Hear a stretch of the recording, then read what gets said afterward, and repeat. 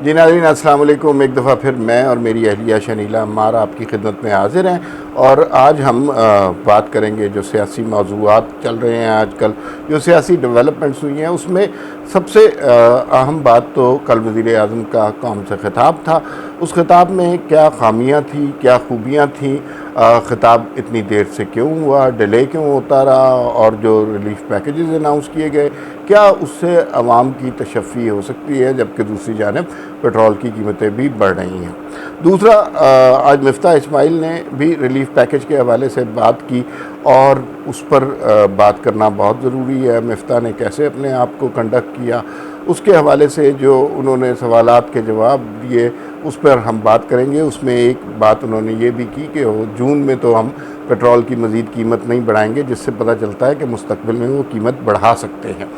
और फिर आज यौम तकबीर है, 28 मई। पाकिस्तान ने इस तारीख़ को एटमी धमाके किए थे और वो किन हालात में हुए थे, किन लोगों ने किए थे और कौन इससे रोक रहा था, इस पर भी बात करेंगे। आखिर में एक थोड़ी सी बात हम करेंगे जो बड़ी बहस हो रही है आजकल के, और बड़े बड़े तजियाकार हैं जो कह रहे हैं कि कल इलेक्शन होंगे, परसों इलेक्शन होंगे, असम्बलियाँ तोड़ दी जाएंगी। तो ज़रा आपको ऑथेंटिक ज़राए से बताएंगे कि इलेक्शन अब हुकूमत का कब कराने का इरादा है।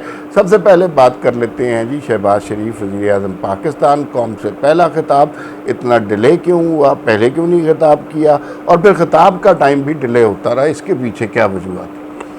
देखिए, वजूहात का तो शायद ये था कि वो इत्तेहादी जमातों से मशावरत कर रहे थे, उनके तकरीर के निकात उन्होंने डिस्कस किए, उसके बाद वो आवाम के सामने आए करने के लिए।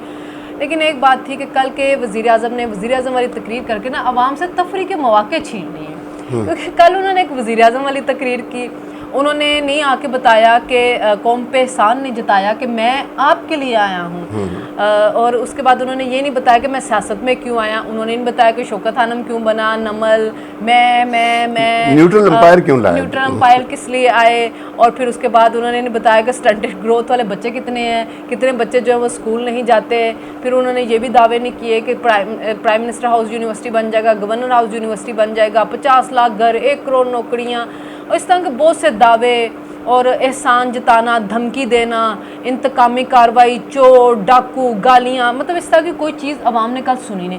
कल आवाम की बात होती रही है, मैं वाली कोई बात हुई नहीं है। और वो आए हैं, उन्होंने बात की है, उन्होंने मुश्किलात जो है उसके बारे में बताया है, उन्होंने अमरीकी साजिश का जो बयानिया एक जमात ने घर लिया है उसकी स्टोरी उन्होंने बताई है कि ये सिर्फ इलेक्शन में जाने के लिए एक आपका स्टंट है, उसके अलावा कुछ भी नहीं है। अवाम के मसाइल का उनका इदराक था, उन्होंने वो बताया। जो इकॉनमी का बुरा हाल ये कर गए हैं जिसकी वजह से इनको मुश्किल फ़ैसले लेने पड़े, उसके बारे में बताया।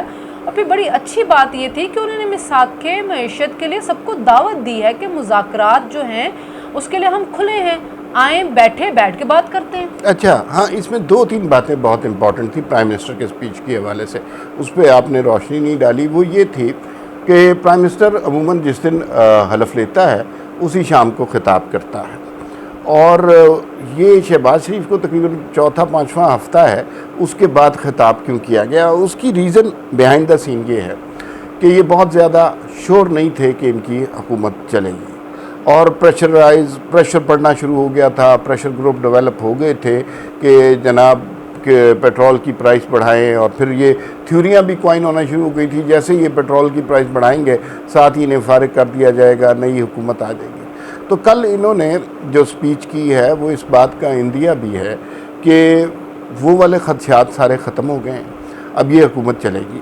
दूसरी बात ये है कि मुश्किल फ़ैसले अब इन्हें करने हैं। जो अच्छी बात ये थी कि ये एक हम्बल वज़ीर आज़म की तकरीर थी, किसी को गाली नहीं दी गई, किसी के ख़िलाफ़ बहतान नहीं लगाया गया, और बड़ी सहूलत से, सादगी से बताए जो नकात थे कि इस वक्त मईशत किस मरहले से गुज़र रही है, हमने क्या विरसे में पाया है और आगे हमें क्या टास्क मिला है। कोई बड़े बुलंद बांग दावे नहीं किए गए, लेकिन जो डिलीवरी है, मैं शहबाज शरीफ साहब को हमने कई दफ़ा बोलते सुना हुआ है, शहबाज शरीफ साहब अच्छा बोलते हैं, लेकिन कल जो है वो अच्छा नहीं बोले, और जिस तरह वो उनकी गुफ्तार है उसके ख़िलाफ़ उन्होंने बहुत आहिस्ता आहिस्ता बोला, और वो जो ऑथेंटिसिटी आती है आपकी गुफ्तगू से, वो वाली चीज़ हमें नज़र नहीं आई। तो वो पता नहीं किसी ने उनको मशवरा दिया है या उनका अपना ज़ाती ख्याल ये था कि बहुत ही उन्होंने स्लो बात की। फिर ये भी बड़ा तमाशा चलता रहा कि अभी स्पीच हो रही है, 7 बजे हो रही है, 8 बजे हो रही है, 9 बजे हो रही है, और उससे पहले भी ज़ाहिर है ये तो सोसाइटी अफवाहों से मिलकर बनी हुई है। उन्होंने कहा हुकूमत तोड़ने लगी हैं ये वो, लेकिन उसकी वजह ये थी जो आपने दुरुस्त बताया, इत्तेहादी जमातों से मुज़ाकरात हो रहे थे, और मुज़ाकरात जो हैं वो होने के बाद, हर एक से मशवरा करने के बाद, हर एक का इनपुट लेने के बाद ये तकरीर की गई है। अब उस नुक्ते की तरफ आ जाते हैं जो इस तकरीर में एक अहम नुक्ता था। उसमें रिलीफ पैकेज जो दिया गया उसके है, हवाले से उसके बारे में आप बताएं। हाँ, इससे कुछ मदावा होगा? देखिए, अगर आप ये समझते हैं कि 2000 रुपया 1,40,00,000 अफराद को देने से महंगाई का उन पर से बर्डन कम हो जाएगा, तो ये बिल्कुल दुरुस्त बात नहीं है। ऐसा नहीं होगा। महंगाई दिन ब दिन बढ़ती जा रही है। पेट्रोल की प्राइसेस से अब मज़ीद इजाफ़ा होगा महंगाई में। हर वो चीज़ जो 50 रुपए की थी अब आपको 70-80 रुपए की मिलेगी। लेकिन इसके पीछे मुज़मरात समझना बहुत ज़रूरी है।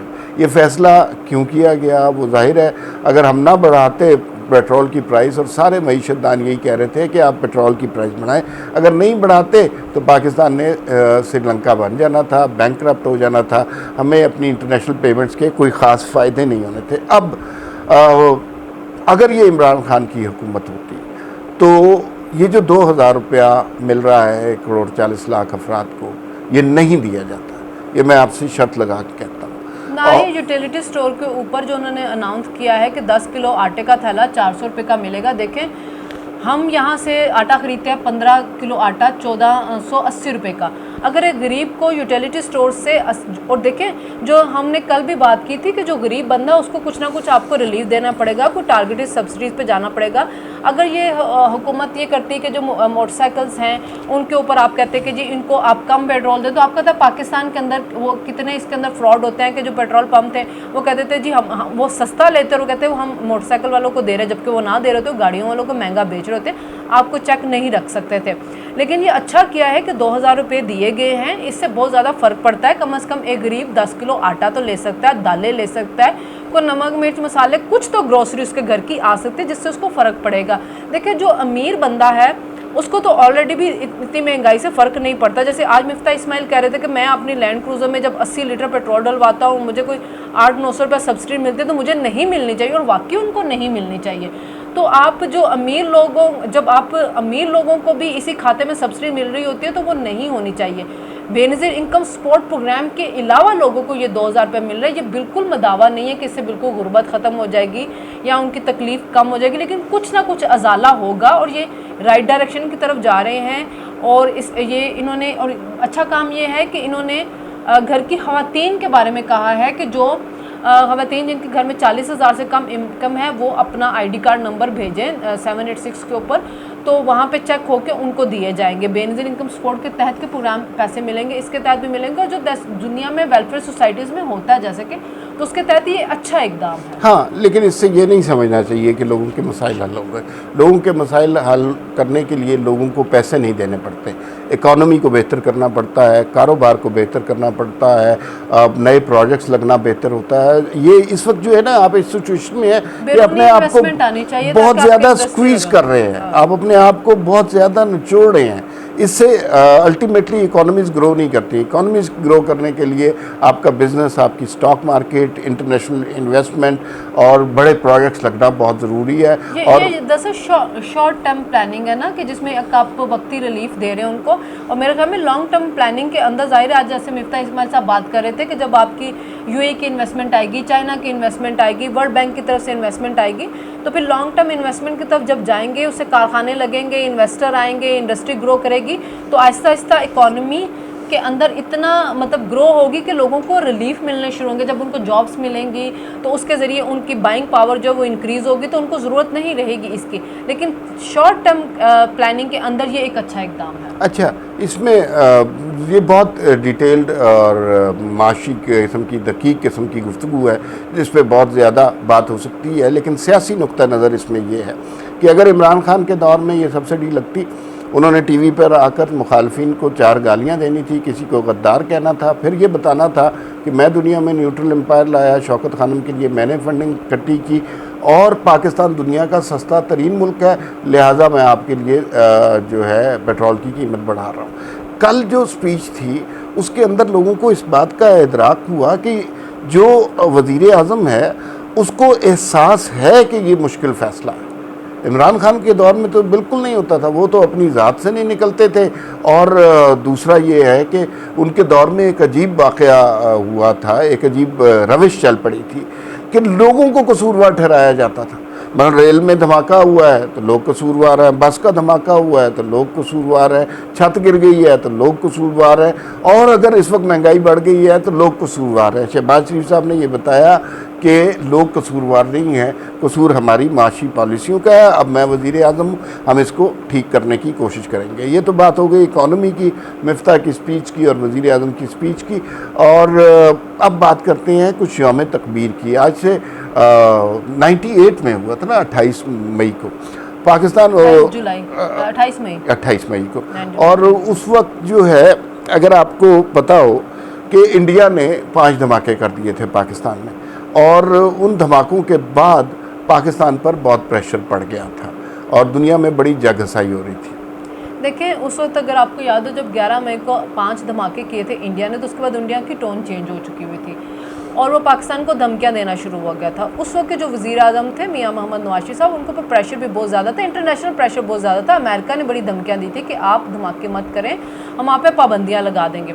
लेकिन जो अब इमरान खान साहब कहते हैं ना कि मुझे अगर वो अड्डे मांगते, जो कि मांगे भी नहीं गए, तो मैंने कहा एब्सोल्युटली नॉट होता क्या है। वो उस वक्त मियां नवाज साहब ने बताया था कि हर तरह के लालच और धमाके को, हर तरह के लालच और उसको धमकियों को उन्होंने साइड पर रखते हुए अपनी आवाम की मंशा को मद्देनज़र रखते हुए धमाके किए, जो कि उनको करने चाहिए थे और उन्होंने किए भी। उसके बाद खित्ते में ताकत का एक तवाज़न आ गया। देखें, अब इंडिया के साथ हमारी झड़पें होती रहती हैं, बहुत दफ़ा हम बिल्कुल जंग के करीब पहुंचे हैं, लेकिन जो चीज़ रोक देती है, जिसकी वजह से इंटरनेशनल कूदते भी फ़ौरन कूद पड़ती हैं, वो यही एटमी ताकत है जिसकी वजह से वो आती हैं। क्योंकि उनको ये कि अगर किसी भी टाइम पे ऐसा कोई भी एडवेंचर किसी भी मुल्क ने कर लिया तो उससे वो तबाही आएगी जो सालों जो है वो उसको लग जाएंगे, उसको ठीक नहीं किया जा सकेगा। तो ये ज़रूरी था और मेरे ख्याल में, लेकिन ये उस वक्त की बात थी, उस वक्त आपने करके इतने में तवाज़न जो था उसको कायम कर दिया। लेकिन अब जो मौजूदा हुकूमत का है कि जिस सामने दफ़ा को नाकाबिल तस्खीर बनाया, उस तरह इकानमी के ज़रिए मुल्क को नाकाबिल तस्खीर बनाएंगे, तो मेरे ख्याल में जो वो काम हुआ वो उस वक्त हुआ, वो हो गया, वो बहुत अच्छी बात थी। अब जो काम करने वाला वो है इकॉनमी को ठीक करने वाला। आप में कैपेबिलिटी है, आपने पहले भी जब धमाके करके मुल्क के दिफा को नाकाबिल तस्खीर बनाया, जिसका मैं क्रेडिट वैसे जुल्फ़िकार अली भुट्टो को भी दूंगी जिन्होंने स्टार्ट किया, जो बाद में हुकूमतें आई, बेनज़ीर भुट्टो भी आई, उन्होंने इस प्रोग्राम को जारी रखा क्रेडिट, लेकिन मियां नवाज शरीफ ने इसको तकमील तक पहुँचाया। लेकिन अब आपको काम करना है इकॉनमी के ऊपर और आपको उसका जो है ना नाकाबिल तस्खीर बनाना है, क्योंकि दिफा और इकॉनमी जो होती है वो आपस में लिंक्ड होती है। अच्छा, इसमें जब ये एटमी धमाके हुए तो मुझे वो मंज़र याद है कि भारतीय पार्लियामेंट का इजलास था, वहाँ पर खुशियाँ मनाई जा रही थी कि इंडिया ने जो है ये 5 धमाके कर लिए, और वहाँ पर ही किसी ने भारतीय वज़ीर आज़म को ये खबर सुनाई कि पाकिस्तान ने 6 कामयाब एटमी धमाके किए हैं। मैं उस वक्त एडवर्टाइजिंग की दुनिया में था, तो हमने बड़े इश्तिहार वगैरह लिखे थे और बनाए थे।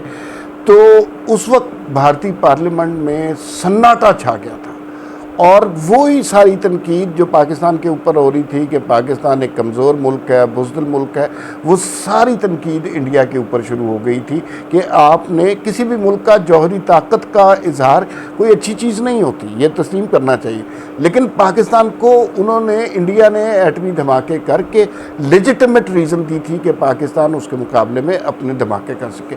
जो नवाज शरीफ का रोल रहा उसके बारे में देखिए, हम पाकिस्तानी सियासतदानों की तो किसी स्टेटमेंट को मानते ही नहीं है, लेकिन जो बिल क्लिंटन की स्टेटमेंट थी जिसमें उन्होंने बड़े वाज़ेह तौर पर कहा था कि हमने $5 बिलियन ऑफ़र किए कि वो इन धमाकों से बाज रहे हैं, लेकिन उस सब के बावजूद ये धमाके किए गए। और दिफाए पाकिस्तान अगर उसके बाद मुकम्मल है, महफूज है, तो उस वाक़े की वजह से है, वरना पाकिस्तान जैसे मुल्क का के दुश्मन भी बहुत ज़्यादा हैं। अब पाकिस्तान पर कोई हाथ डालना आसान नहीं है, क्योंकि हमारे पास न्यूक्लियर कैपेबिलिटी है। और अगर कभी आपको मौका मिला तो आपको तफसील से बताएंगे कि कौन कौन से पाकिस्तानी लोग थे जो नवाज़ शरीफ को इससे मना कर रहे थे।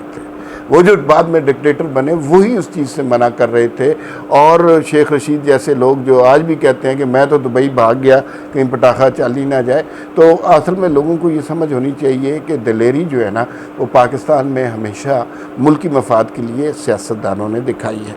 आखिरी मौजू की तरफ आते हैं। आखिरी मौजू है वो जो तजिया हर तरफ बड़ा बिक रहा है और बड़ा मसालेदार तजिया है कि कल शहबाज शरीफ असम्बली तोड़ देंगे, परसों तोड़ देंगे, और ये जो है ये नहीं चल सकते। कभी MQM को निकाल लेंगे, कभी बलोचों को निकाल लेंगे, और फिर ये बेचारे बड़ी मुश्किल में होंगे। और अब इनसे गलत फ़ैसले करवा लिए गए हैं। अब जल्दी एक इंटरम गवर्नमेंट आएगी, वो लंबा चलेगी और इंटरम गवर्नमेंट ही मुल्क का निज़ाम संभालेगी। और इनको नून लीग ने बहुत बड़ी गलती कर दी। इसके बारे में क्या राय है? देखिए, ख़बर तो आपके पास है, आप ख़बर देंगे। मैं तो सिर्फ ये एक बात कहूँगी कि इंटरिम गवर्नमेंट चलेगी कैसे। आपके मुल्क में जो है ख़जाने में खाली है, 10 बिलियन डॉलर के रिज़र्व में, 5 बिलियन डॉलर आपने जून में दे देने, उसके बाद आगे मुल्क कैसे चलाना। वो लंबा जो चलेगी उसके साथ आगे मुआहदे किसने करने? IMF ने तो आपको बिल्कुल कह दिया हुआ है कि हमने निगरान हुकूमत के साथ चलना नहीं है। हमने जब IMF के साथ आपका मुआहदा नहीं होगा तो बाकी ममालिक आपको कैसे जो है वो इमदाद देंगे? UAE क्यों देगा, सऊदी अरब क्यों देगा, चाइना क्यों देगा, जिन्होंने पहले लिंक किया हुआ है? आपने मुल्क चलाना कैसे है? पहले तो इस थ्योरी की यही वजह होती है। दूसरा ये कि कुछ सहाफ़ियों के मुताबिक तो 1 हफ़्ता पहले हुकूमत ख़त्म हो चुकी थी, कुछ के मुताबिक कल तक ख़त्म हो जानी थी, कुछ के मुताबिक कल ख़त्म होनी है। तो मेरे ख़्याल में जो कल रात को स्पीच की है शहबाज शरीफ साहब ने और आज मिफ्ता इस्माइल साहब ने, जो कि उसके बाद अफवाहों को दम तोड़ देना चाहिए। लेकिन ये पाकिस्तान है, यहाँ पे अफवाहें चलती रहेंगी, उनकी फैक्ट्रियाँ काम करती रहेंगी, लेकिन जो ख़बर है वो आपको हमारे बता देते हैं। अच्छा, ख़बर इसमें सिर्फ ये है कि ज़ाहिर है शहबाज शरीफ साहब जो भी काम करते हैं, अहम काम करते हैं, वो नवाज़ शरीफ साहब से मशवरा करके करते हैं। और कायद पार्टी के वही हैं, वोट उनके ही हैं। तो उनकी तरफ से पैगाम मिला है शहबाज शरीफ साहब को कि किसी सूरत, पहले हम चाहते थे कि इलेक्शन हो जाए, लेकिन अब जब आपने एक मुश्किल काम संभाल लिया है तो अब किसी कीमत पर भी आपने हुकूमत को इस तरह जाने नहीं देना कि कहीं से प्रेशर आ गया और आप कहीं चले हैं जी नए इलेक्शन कराने। तो अब जो हुकूमत चलेगी, ये याद रखिए कि इसमें 2 लोगों की मुकम्मल तायीद शामिल है, एक आसिफ जरदारी की और एक मियां मोहम्मद नवाज शरीफ की। और दोनों का फ़ैसला यही है कि हम हर कीमत पर इस सेटअप को चलाएंगे। इंटरम सेटअप वाली कहानी बिल्कुल ख़त्म हो गई है। वो जो ब्रीफ केस पकड़ के प्रोटोकॉल ले रहे थे वो वाली बात ख़त्म हो गई है। और अब लगता यही है कि अगर ज़ाहिर शरारत हो सकती है पाकिस्तान में, उससे कोई, और ये हुकूमत है भी बड़ी फ्रेजाइल बुनियादों के ऊपर, चंद लोग इधर से उधर करने हैं तो हुकूमत गिर जाएगी। लेकिन मेरे ख्याल में जिस तरह इस्टेब्लिशमेंट को रेस्क्यू किया है, क्यों, और ये मैं इसलिए इस लफ्ज़ इस्तेमाल कर रहा हूँ, फ़र्ज़ कीजिए इस वक्त इमरान खान की हुकूमत होती तो पाकिस्तान तो बना देना था इन्होंने श्रीलंका। और इमरान खान को लाने वाले भी, उन्होंने भी बहुत परेशान होना था, लोगों ने उनको भी इल्ज़ाम देना था। भूखा पेट जो है वो किसी के तमगे और वर्दी नहीं देखता।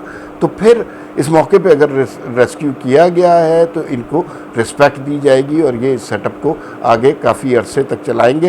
एक बात करनी थी कि जो निगरान वज़ीर आज़म के लिए जिनके इंटरव्यू हो रहे थे वो आज कराची में नैब में अपनी ज़मानतें करवाते फिर रहे हैं। हाँ, खैर ये तो अब यहाँ कोई पता नहीं चलता, जो आने वाला वज़ीर आज़म है या जो मौजूदा वज़ीर आज़म है उसकी वो बेचारा भी पेशियाँ भुगतता फिर रहा है। और ये अदालती निज़ाम किस तरह चलता है आपको सबको पता है। बात लंबी होती जा रही है, लेकिन इंशाल्लाह कल के मौज़ूआत पर कल बात करेंगे।